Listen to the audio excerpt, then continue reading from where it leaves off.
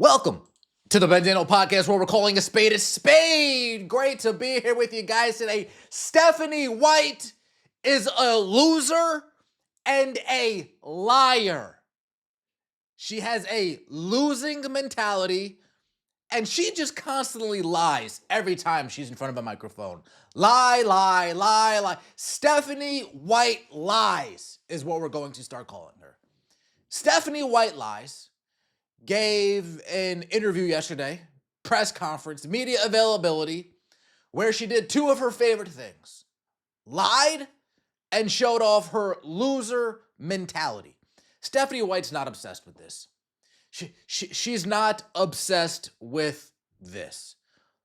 While other coaches are busy scouting and watching film, Stephanie White's busy going on vacations and going and broadcasting on ESPN, doing play-by-play commentary.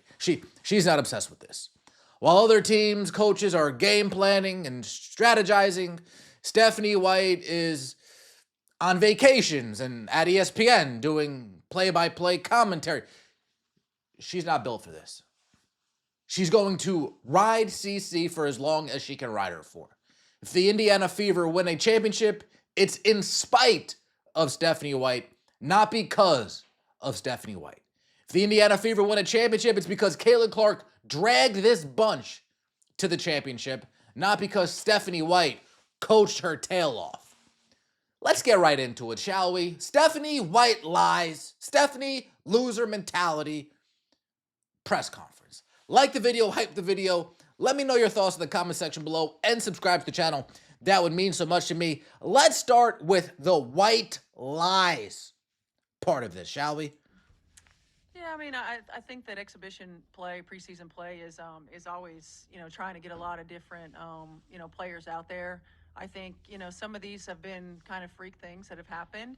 It's difficult to really, we track everything, so we have a lot of load management information.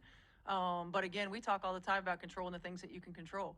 A lot of the injuries that happened last year were really out of our control. A lot of the injuries that happened last year were really out of our control. Stephanie White lies at it again. Mo coming down on somebody's foot, kind of out of our control. And so, I think for us, we have the scientific data. We have the pieces in place to make sure that we're doing things and controlling it as much as we can from that aspect. And then you got to go out and play the game. I mean, injuries are a part of the game. All of us have been through it. Most of us have been through it. And it's just a part of the risk that we take to do what we love to do. Now, does anybody really think they have any information? I know they say they do. I know they say they have all the data. Now, here's a question. Let's say they do have all the data. Do we really think they're using it properly? Do we really think that they're interpreting it correctly? I'm going to lean on the side of absolutely fucking not. A lot of the injuries that took place last year were out of our control. Oh, really? Caitlin Clark hurting her quad in training camp, being forced to play in Iowa against Brazil. Was that in your control or out of your control? Did you put her in the game or did you keep her from playing knowing that her quad was injured? Was that something you control or not control? Okay, because she missed the first preseason game, so you knew something was going on, but you wanted to sell tickets. So you have her play against the Brazilian national team on a bum quad. Nice. The New York Liberty game. Oh, quad issue again. Awesome. Why was it a quad issue again? Well, because you rushed her back too soon. You didn't wait until it was healthy. Was that something that you could control or not control? Oh, okay. Seattle Storm. The Indiana Fever are beating the Seattle Storm. I think it was a 7-point game, maybe 88-81, 87-80, something along those lines. You put Caitlin Clark back in with 40 seconds left while we're up 7, and then she goes down with a groin. Was that something you can control or not control, Stephanie White lies? Was that something that you could control or not control, Stephanie White lies? You rush her back from that injury. She hurts it even worse against the Connecticut Sun because you brought her back too soon, because all of your data and all of your measurements and all of your you can't utilize that stuff properly? You can't interpret it correctly? Was that something that you could control or not control? Stephanie White lies? Now let me know in the comment section below, Kelsey Mitchell against the Las Vegas Aces. If she had proper nutrition, if she was properly hydrated, if she got the micronutrients that her body needs to feed on, where she exerts the energy, does Kelsey Mitchell go down in that game? Did you guys do everything that you could possibly do preventative measure-wise to make sure that that didn't take place? I'm going to bet you didn't, because this organization is fraudulent. Now that we have the lying part out of this, let's talk about the loser mentality that is Stephanie White. Steph White, you stated that the standard is championships. You stated that the standard is championships. Now watch Steph White smile in absolute nervousness, look at Aaliyah Boston, and try to run from the standard that she set herself. How are you specifically preparing this group to transition from playoff contender to a title favorite heading into the season? Yeah, I mean, I think certainly the standard is to position ourselves for a championship. Like, winning a championship is hard. The standard is to position ourselves for a championship. Winning a championship is hard. What do you think Becky Hammond's standard is? To position ourselves for a championship? No, it's to fucking win a championship.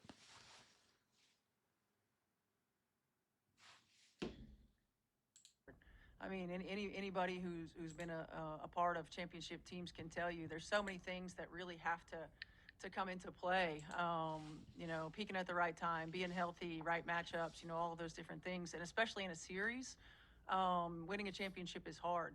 I think for this group, especially in a series, winning a championship is so hard. Excuse after excuse. Everybody has to be playing at the right time, and excuse and excuse and excuse. Just setting up for losing. Just setting herself up to lose. And I said it at the beginning of last year, there's no substitute for experience. And taking that next step, and that's why they get all these old players with championship experience, because there's no substitution for experience. And experiencing what it means to be in the semifinals, going through a season that had a lot of ups and downs, and experiencing the various aspects. That whole entire team's gone. So the whole entire team that went through ups and downs, most of them are gone. Of what we could do to be better and position ourselves to have a home court. What we could do better to position ourselves to not be in some of the positions that we were in, I think is important. And then it's about mentality, right? It's about the mentality of every day you step on the floor, you know that you have an opportunity to get better and to be great. And every day, it's a choice. We don't always feel like it. And some days are better than others, but every day we have to step on the floor and have a mentality that we're going to get better, we're going to grow, and that we won't be denied. And that's something that you have to have throughout the course of. I don't believe you. Well, I believe that that's what you need, but I don't believe that you practice what you preach. I believe that that's what you need, but I don't believe that you practice what you preach. I believe that you clock in and you clock out. You look at this like an hourly job. You clock in at 7 o'clock or 6:30 whenever you get to the facility, and you clock out at 3:30, 4 o'clock whenever you leave the facility, and then basketball is off your mind. Then it's time to decompress.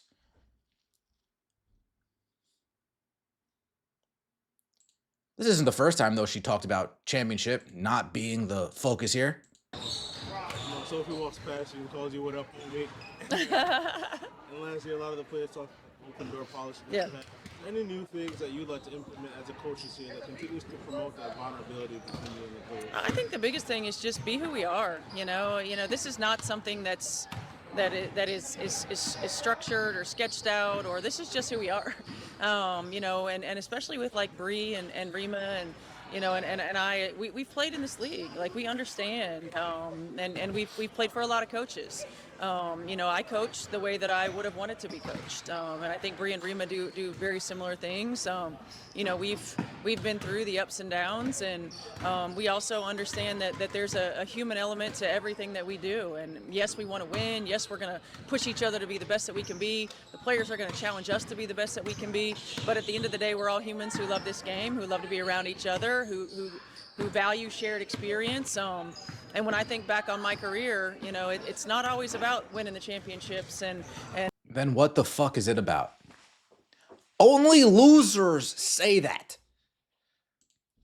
Only losers say that. Only losers say it's not about winning a championship.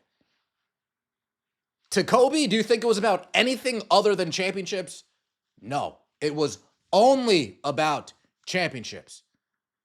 To Jordan, do you think it was anything but championships? No, it was only about championships. To Larry Bird, was it anything but championships? No, it was only about championships. You look at the best in any sport, it's only about championships, not about shared experiences and all this other feelings, garbage, and nonsense. It's only about championships. Do you know who it's not about championships for? Losers. This is disgusting. Let me know your thoughts in the comment section below. Like the video, hype the video, and subscribe to the channel. I would greatly appreciate it. See you next time, and as always, take it easy.